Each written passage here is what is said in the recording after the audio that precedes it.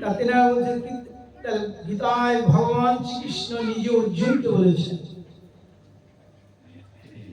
ভগবান শ্রীকৃষ্ণ বলেছেন আর অর্জুন শুনেছে, এর মধ্যে আর কেউ নেই। জগৎ জানতে পারলো অর্জুনের বলাতে।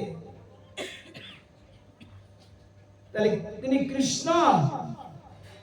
বিভিন্ন গ্রন্থাদি এখন রচনা হচ্ছে, বিভিন্ন যার যার মনের ভাবগুলো প্রকাশ করে নিজ নিজ ব্যাখ্যা করছেন।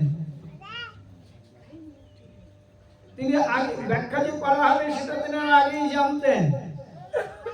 তার দ্বারা কি হবে জানেন? অপভ্রংশ অর্থ হবে। দেখবেন শুদ্ধ ভাবে যেই জন করে, বলে না শুদ্ধ ভক্ত, শুদ্ধ ভক্ত। পদ্ম পুরাণ বলে 18খানা পুরাণের মধ্যে একটি পুরাণ আছে, পুরাণটার নাম হচ্ছে পদ্ম পুরাণ। সর্পের উৎকৃষ্ট দুগ্ধ পান আর অভক্তের মুখে হরিকথা শ্রবণ, এই দুই সমান। তাহলে এবার অভক্ত কি করে বুঝবো ইনি ভক্ত নয় ইনি অভক্ত? কি করে বুঝবো? লেবেল লাগানো আছে। অরসিদ্ধ কাকে খায়? বর্ণনা করেছেন। অরসিদ্ধ কাকে খায়? জ্ঞাননিম্ব ফলে। আর রসিদ্ধ কোকিল খায় প্রেমন্দ্র মুকুলে। কাক আর কোকিল একই রকম দেখতে, বুঝতে পারছেন? কাক আর কোকিল একই রকম দেখতে। যখন এই হরিনাম করে জীব কি করবেন? ভগবৎ প্রাপ্তি হবে। তখন আচার্য বলেছিলেন, দেখো আমিও এই হরিনাম দিয়ে, আমিও গুরু সেজে হরিনাম দিয়ে জীবকে নরকে নিয়ে যাব। বুঝতে পারবেন? নাচিয়া গাইয়া সবাই যাইবে নরকে। দেবগুরু বৃহস্পতির সঙ্গে টক্কর লেগে গেল। দেবগুরু বৃহস্পতির সঙ্গে টক্কর লেগে গেল, বিবাদ লেগে গেল। আমি হরিনাম দিয়ে জীবকে স্বর্গে নিয়ে যাব। শুক্রাচার্য বললেন, আমিও ওই হরিনাম দিয়ে জীবকে নরকে নিয়ে যাব। দেখা যাক কার পাল্লা কত ভারী হয়। তাই আজ কলিযুগে দেখবেন কিছু সাধু আছে। দশাননকে চিনেন তো? রাবণ, যার 10টি মাতা। তিনি কাকে হরণ করেছিলেন? কাকে চুরি করেছিলেন? সীতাকে। কোন বেশ ধরে চুরি করেছিলেন? সাধুর বেশ। ইউনিফর্মটা সাধুর পরেছিল, তাই করেনি? সাধু বেশ ধরে সীতাকে চুরি করেছিল তো। কেন? অন্য বেশ ধরতে পারত না? বলে সাধুদেরকে মানুষ বিশ্বাস করে, সাধুর ইউনিফর্ম দেখলে আগেই মানুষ তাকে সম্মান করে। সেই সম্মান না করে তাকে সেই ইউনিফর্মের অসম্মান করলেন। কে? রাবণ। কি করলেন? চাইলেন ভবত ভিক্ষাং দেহি, ভবত ভিক্ষাং দেহি। বাড়ি ঘর হারিয়েছেন, বনে চলে এসেছেন।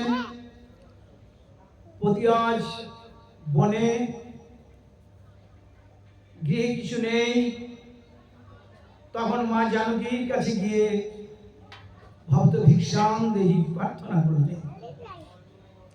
যাওয়ার আগে ঠাকুর লক্ষণ মা জানকীকে বলে গেলেন, মা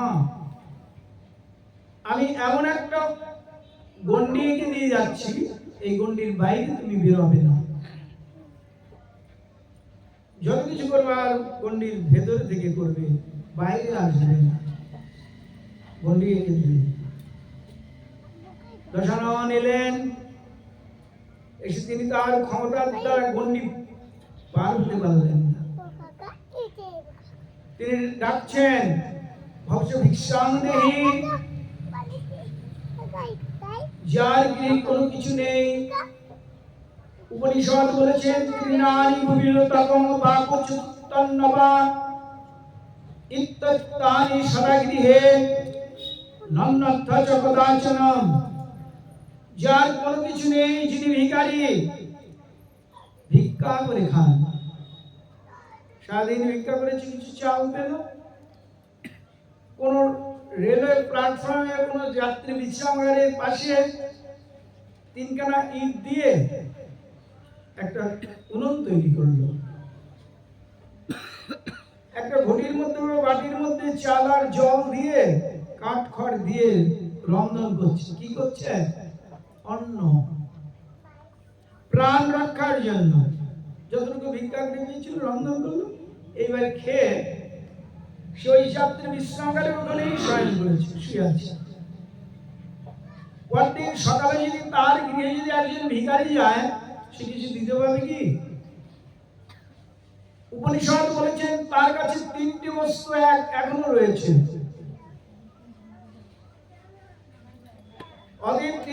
তার কাছে তিনি যদি সেবা করতে চান, তার চারটা বস্তু তার কাছ থেকে কখনো উচ্ছেদ হবে না, চলে যাবে না। ভিখারি এলেন, ভিখারি এসে জিজ্ঞাসা বললেন, ভবত ভিক্ষাং দেহি, আমায় কিছু ভিক্ষা দাও।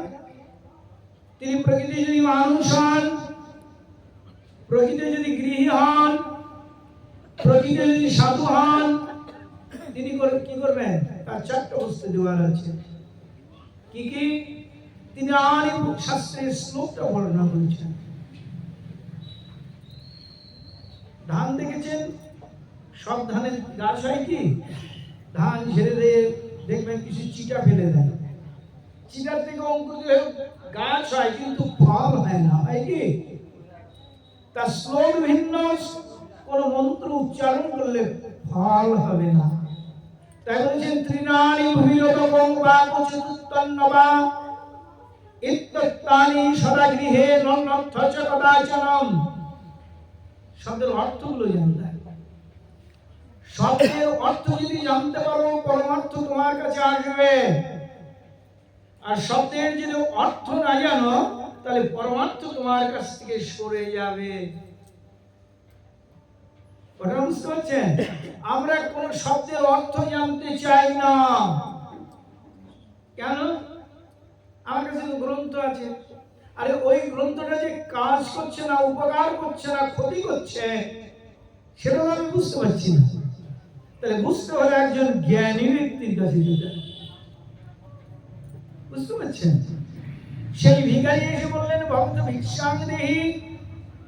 ওই সাধারণ ব্যক্তি হোক, সাধু হোক, সন্ন্যাসী হোক, উপনিষদ বললেন তার কাছে চারটা বস্তু থাকবে দেবার। প্রথম হচ্ছে তৃণানি, তৃণ মানে ঘাস। তুমি যখন আমার এখানে এসেছো, আর বসতে দেওয়ার তো কিছু নেই, এই জায়গাটি আমার নয়, সরকারি ফ্ল্যাট, যাত্রী বিশ্রামাগার, আমি এখানেই থাকি, কিন্তু মাটিতে তো বসে নেই, কিছু পোয়াল বা ঘাস বা কোনো বসনের উপরে বসে আছি। তা তুমি একবার এখানে বসে ঘাসের উপরে বসে। তৃণানি, তৃণটা রয়েছে ঘাসের উপরে। তৃণটা ঘাস মানে তৃণ রয়েছে কিসে? ভূমির উপরে। তৃণানি ভূমির দক, দক মানে জল। আমি তো পান করি, সেটা একটা মাটির পাত্র হোক, প্লাস্টিকের বোতলে হোক, একটু জল রাখি, পান করি। কটা হলো? ভূমি, তৃণ, জল, তিনটে। আর বাক, বাক মানে মুখের মিষ্টতা, কথা। এই চারটে বস্তুর দ্বারা আজ অতিথি সেবা করে যায়। অতিথি এসেছে, আমি তো তাকে ডেকে আনিনি, তিনি অযাচিত এসেছেন, তিনি অতীত রূপে এসেছেন, তিনি আমার কাছে সাক্ষাৎ ভগবান নারায়ণ সদৃশ। অতীত রূপে নারায়ণ নরদেহ ধারণ করে অনুগ্রহাং ভূতাং মনুষ্যাং তমস্কৃতম। মানুষের দেহ ধারণ করে ভগবান আমার কাছে এসেছেন পরীক্ষা করবার জন্য। এইবার আমি তাকে কি করতে পারি? এইভাবে যদি তৃণানি ভূমিরোদকম বা চতুর্থন্নবা, এই চারটা বস্তুর একটা বস্তু আমি তাকে দিলাম না, তাহলে কি করবে? পূর্বজন্ম কৃতম কর্ম, আমার পূর্বজন্মের কৃত যে ফল আছে, পুণ্য আছে, ওই ভিখারিটির পিছনে পিছনে চলে যেতে হবে, আমাকে দিতে হবে না, আমার কর্মফলের দ্বারা সে চলে যাবে। বিফল মনোরথে যদি কেহ গৃহতে বঞ্চিত হয়ে যায়, পূর্বের জন্মের সুকৃতি তার পিছনে ভিখারির মতো চলে যায়। বুঝতে পারছেন? তিনানি ভূমিরকম বাকু চতুর্থন্ন বা ইত্যত্তানি সদা গৃহে নন্নচ্চ কদাচন। তাহলে অতিথি সেবা করতে হয়। তাই শ্রীমান মহাপ্রভু সব শাস্ত্রকে একসঙ্গে এনে বাণীগুলোকে আজ বর্ণনা করছেন। নামে রুচি, জীবে প্রেম, একটি জীবকে ভালোবাসবে। নামে রুচি, জীবে প্রেম, আর বৈষ্ণব সেবন, এর থেকে ধর্ম নেই শুনে সনাতন। বুঝতে পারছেন? তাহলে এইবার বৈষ্ণব বলতেই আমরা জানি